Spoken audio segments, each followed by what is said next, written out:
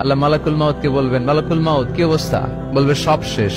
মাইয়াব্বা, কে বাকি? মালাকুল মাউত বলবে জিনেরা বাকি, যাদেরকে দেখা যায় না। আল্লাহ বলবেন জিনদেরকেও শেষ করে ফেলো, রুহু কবজ করো। মালাকুল মাউত আজরাইল জিনদের রুহু কবজ করবে। আল্লাহ এবার জিজ্ঞেস করবে, ইয়া মালাকাল মাউত আখবিরনি মাইয়াব্বা, এবার বলো আর কে বাকি? মালাকুল মাউত বলবে, আল্লাহ মানুষগুলো সব শেষ, জিনগুলাও শেষ, এবার বাকি ইবলিস শয়তান। কে বাকি? ইবলিসরেও শেষ করো, ইবলিসও শেষ।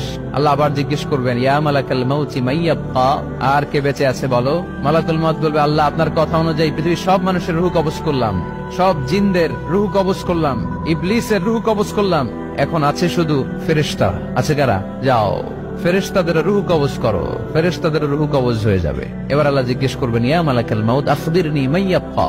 মালাকুল মাউত বলবে, আল্লাহ আপনার কথা মতো ধরে ধরে সব শেষ, ফেরেশতাও শেষ, 4 জন ছাড়া। কয়জন ছাড়া? জোরে বলেন, কয়জন ছাড়া? ইসরাফিল, জিব্রাইল, মিকাইল, আজরাইল। আল্লাহ এই 4 জন আমরা বাকি। আল্লাহ বলবে, যাও ইযহাব ইনতালিক ইলা জিবরিল ওয়াকবাদ রূহা, জিব্রাইলের রুহু কবজ করো। ইযহাব ইলা ইসরাফিল ওয়াকবাদ রূহা, ইসরাফিলের রুহু কবজ করো। ইযহাব ইলা মিকাইল ওয়াকবাদ রূহা, রুহু কবজ করো। ওই 3 ফেরেশতাও শেষ। এবার আল্লাহ তাআলা জিজ্ঞেস করবেন, ইয়া মালাকাল মাউত আখবিরনি মাইয়াব্বা, হে মালাকুল মাউত আর কে বাকি আছে বলো? মালাকুল মাউত বলবে, আল্লাহ আপনার কথা মতো মানুষগুলো শেষ, জিনগুলো শেষ, ইবলিস শেষ, আমার বাকি 3 ভাই ইসরাফিল, মিকাইল, জিব্রাইলও শেষ, শুধু আমি, শুধু আমি। আল্লাহ বলবেন, কেউ নাই? মালাকুল মাউত বলবে, না আল্লাহ কেউ নাই। এবার আল্লাহ তাআলা বলবেন, মালাকুল মাউত তুমি তো সবাই রে মারছো, এবার তুমি মরো, এবার তুমি মরো, তুমি মরো। শোনার সাথে সাথে মালাকুল মাউতের কাঁপুনি ছুটে যাবে, খিঁচুনি এসে যাবে ভয়ে। আল্লাহ বলবেন, কাঁপুনি দিয়ে তো লাভ নাই, কারণ কুল্লু নাফসিন যায়িকাতুল। রব্বুল আলামিন বলবেন, মালাকুল মাউত কেঁদো না, এটাই দুনিয়ার বিধান, আমি আল্লাহর দেয়া বিধান, এটাই জন্মালেই মরতে হয়। যাও জান্নাত জাহান্নামের মাঝখানে একটা জায়গা আছে, জায়গাটার নাম হলো আরাফ। এই আরাফের মধ্যখানে যে দাঁড়াও, ওখানে যে মালাকুল মাউত কাঁপতে থাকবে।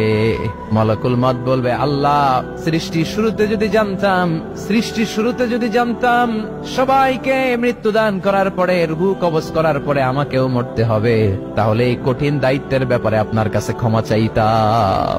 আজকে আমারও যে ভাগ্য বরণ করে নিতে হবে সৃষ্টির শুরুতে, আমি এটা কল্পনাই করতে পারি নাই। আল্লাহ বলবেন, নো টক, মুত ইয়া মালাকাল মাউত, মর, মরে যা, মুত, মরে যাও। বলার সাথে সাথে মালাকুল মাউত এক বিকট চিৎকার হাঁকিয়ে মরে যাবে। মালাকুল মাউতের চিৎকারটা সেদিন এত ভয়ঙ্কর হবে, বিষ্ণু ইসা ইসলাম বলেন, ওই চিৎকারের আওয়াজ যদি পৃথিবীর মানুষেরা কান দিয়ে শুনতে পেত, তাহলে কিয়ামত সংগঠিত হওয়ার জন্য আলাদা করে ইসরাফিলের সিঙ্গার প্রয়োজন হতো না। ওই চিৎকারের আওয়াজে প্রতিটা মানুষ কানের পর্দা ফেটে ওই জায়গায় লাশ হয়ে পড়ে যেত। এবার ডানে বায়ে সামনে পেছনে উপরে নিচে কেউ নাই, একজন ছাড়া। জোরে বলতে হবে, তিনি কে? আল্লাহ তখন পৃথিবীকে একটা ডাক দিবেন, বলবেন, ইয়া দুনিয়া আইনা আনহারুকি, এই পৃথিবী তোর নদীগুলো কোথায়? ইয়া দুনিয়া আইনা আশজারুকি, এই পৃথিবী তোর গাছগুলো কোথায়? বটতলা। ইয়া দুনিয়া আইনাল জিবাল, তোর বড় বড় মাউন্ট এভারেস্ট পাহাড়, আলাস্কা পর্বতমালা, আলপস পর্বতমালা, এগুলো কোথায়? তুর পাহাড় আজকে কোথায়? ইয়া দুনিয়া আইনাল মুলুক, রাজা বাদশারা